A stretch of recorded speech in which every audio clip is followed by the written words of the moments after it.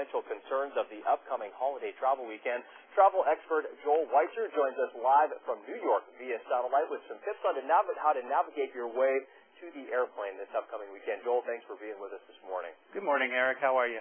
I'm very well, and I know that there are a lot of things to take into consideration, a lot of changes when people are headed to the airport. So, maybe the best thing to do, maybe the first thing to start out with is just, before we get into them, is how to avoid the potential delays. What are the things that we can do to kind of make a preemptive strike against some frustration? Right. Well, some of the things you want to do is you want to be aware that most toiletries have to be checked in. But you can use services that can help you speed yourself through the airport, such as do your online baggage check-in. You can also pre-print your boarding passes online, and you can have a strategy. Plan a strategy before you go. Okay, and you said obviously going through when you're everybody's getting wanded, the whole deal when you go through the checkpoints. Are there specific things that you should and should not wear to kind of make that process for you and everybody that's behind you in the line that's going to get really annoyed if you keep beeping for 15 minutes? Yeah. Is there something we can do or something not to wear that'll make that whole process easier?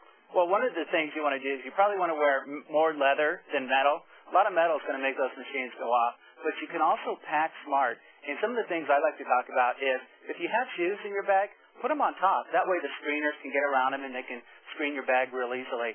And also, if you are going to check in toiletries such as makeup and liquids and so forth, put them in a food storage bag, such as the Glad zipper bags, because that will help prevent them from leaking.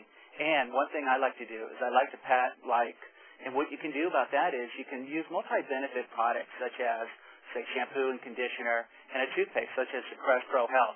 And what's really good, if you have guests coming to visit you, you can actually put together a toiletry kit for them. And that way, they don't have to worry about what to bring and what not to bring. You can use the items that we have, put it in a toiletry kit, and that's a real great time saver.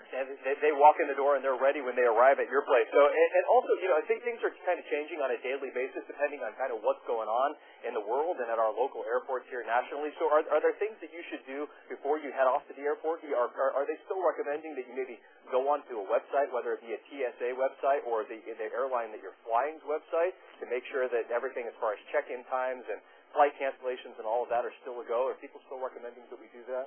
Exactly. Eric, I think the most prepared that you can be is the best way to travel. And one of the things you can do is go onto TSA.gov.